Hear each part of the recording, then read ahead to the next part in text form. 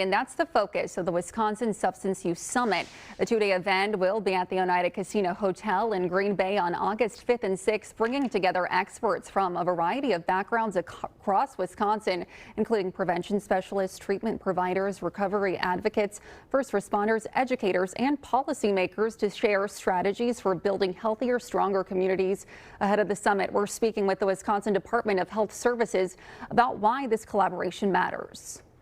Joining us now to talk more about the summit is Michelle Hayes, the Director of Substance Use Initiatives with Wisconsin Department of Health Services. So Michelle, thank you so much for joining us talking about this important summit that really is building on those prevention strategies to build those healthy communities, right? So with that, you've really decided to bring in a variety of backgrounds for this conference. Can you talk to me about the benefit of bringing in that variety and what it means to help address those substance abuse issues?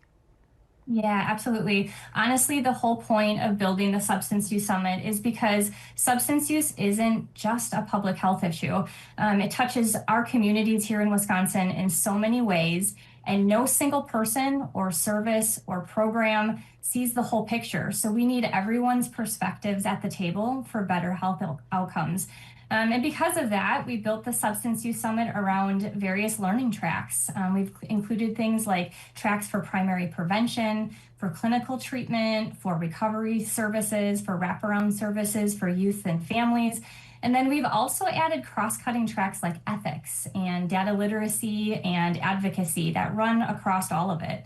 So you might have someone who has spent their entire career in prevention or in law enforcement, and they come to our summit and they attend a data literacy session, and they find themselves sitting next to someone who may be from the recovery housing space, or maybe somebody who has lived or living experience, and they're realizing that they're experiencing similar situations, or maybe one of them just has a really great example of how they have navigated a barrier that they're experiencing in their day-to-day lives or work. And that kind of connection just doesn't happen if we keep everyone in staying in their own lane. So the Substance Use Summit is DHS's attempt to bring all of that under one roof. And this isn't the first time that you've brought other communities together under one roof, right? You have that annual harm reduction conference as well. Can you talk to me about how this summit differs, but why it's still so important and why there's a need for both of these, one, the summit and that other conference as well, Michelle? Yeah, you bet. This one's actually structured differently from our other events intentionally. So we've historically run that harm reduction conference that you mentioned, as well as our opioid stimulants and trauma summit and our substance use prevention conferences. Each incredibly valuable, but each siloed to some degree based on its topic area. And the Substance Use Prevention Conference obviously focused on involving primary prevention efforts across the state of Wisconsin. Opioid stimulants and trauma, as you know, primarily focused on opioids, stimulants, and trauma topics, mostly with that treatment focus. And our harm reduction conference focused on those harm reduction efforts, as well as overdose and infectious disease prevention.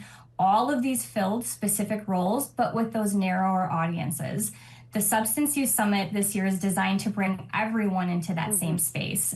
So while there are advantages to having a singularly focused topic for a gathering, we heard loud and clear from our past conference attendees that funding limitations are real, and staff capacity challenges meant that people had to pick or choose which of our events that they had to attend, when we know and we want them to benefit from all of them. So we hope that this integrated approach maintains the benefits of all of those more narrowly topicked events of our past, and still supporting the availability of our attendees with the expanded topic availability as well.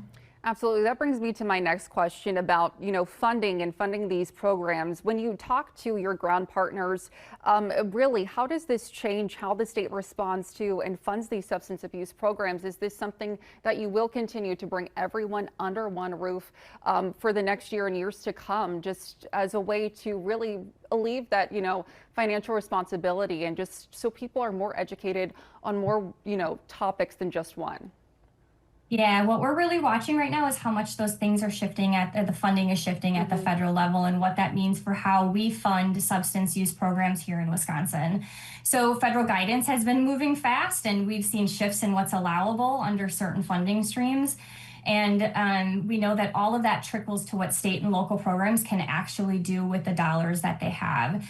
And for us, it's really staying in tune with that. We know that the federal guidance changes doesn't just affect the paperwork itself, right? It directly affects whether a program in a community can keep doing the good work that they're doing and ultimately serving the community members of Wisconsin.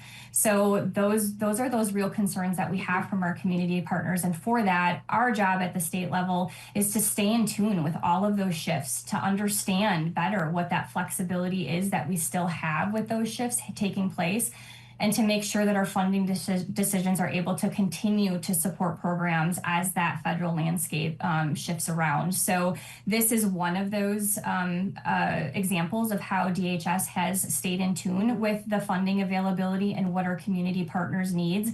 And we're also doing our best to really build enough adaptability into how we fund things in our community services, so that they can and are better able to sustain their services for community members without disrupting care as changes take place. And what will you be looking for afterwards to know whether those conversations that you will be having at the summit actually translate into changes in the community? Yeah, we're really hoping to break down the silos between substance use service providers across the continuum of care in the state of Wisconsin. We've been doing great things, but there's more work to be done. So we're really hoping that these cross-cutting tracks that we're offering, such as the ethics, the data literacy, the advocacy, really help to surface practical fixes. And that's what we're going to be looking towards. We're going to continue to look towards better health outcomes for Wisconsinites, and hoping that this summit is just one of the ways that, beyond the content of the summit itself, that those community relationships sustain and build over time.